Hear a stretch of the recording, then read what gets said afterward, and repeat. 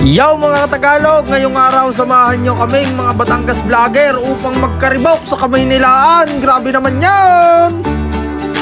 Bago ang lahat, kumusta ang buhay-buhay? Sana'y nasa maayos kayong kalagayan mga Tagalog. Palambing nga muna pala ako. Huwag kakalimutan i-like at i-share at i-comment nyo kung taga saan kayo nang malaman natin kung saan umaabot ang video natin. Andito nga pala tayo mga idol, kinakaulaga. Dito nagtipon-tipon ng mga Batangas vlogger. Ay, talagang maaga magiging puglas din eh. Maaga pa sa magpapandesal. Alas 4 nasa Kamaynilaan na eh. Sasamahan nga pala natin mag-audition si Kaulaga, si Pogi ng Batangas at si Kadale. Sino kaya ang mapipiling maging punching bag ni Coco Martin? Ay talagang malalaki ang Durabox din eh, ay mainam. Kaluluwas ko lang eh, na-homesick na agad ako.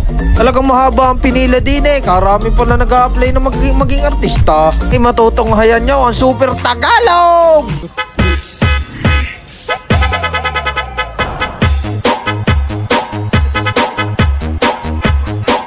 Walang kalikot-likot ang mga vlogger ng Batangas. Wala pang ligalig dyan. Yan, habang inaantay ang mga tatlong unggoy na mag-audition, sana'y makalusot kayo. Nandito tayo kana Boss Robert Kai. Maraming salamat. Talagang sumarap na. Ayos din. Nakakalito. Iyon na nga, dumagos na, lalo pang sumarap. Talagang quality, ayos din. Thank you Boss RC sa maagang pamasko.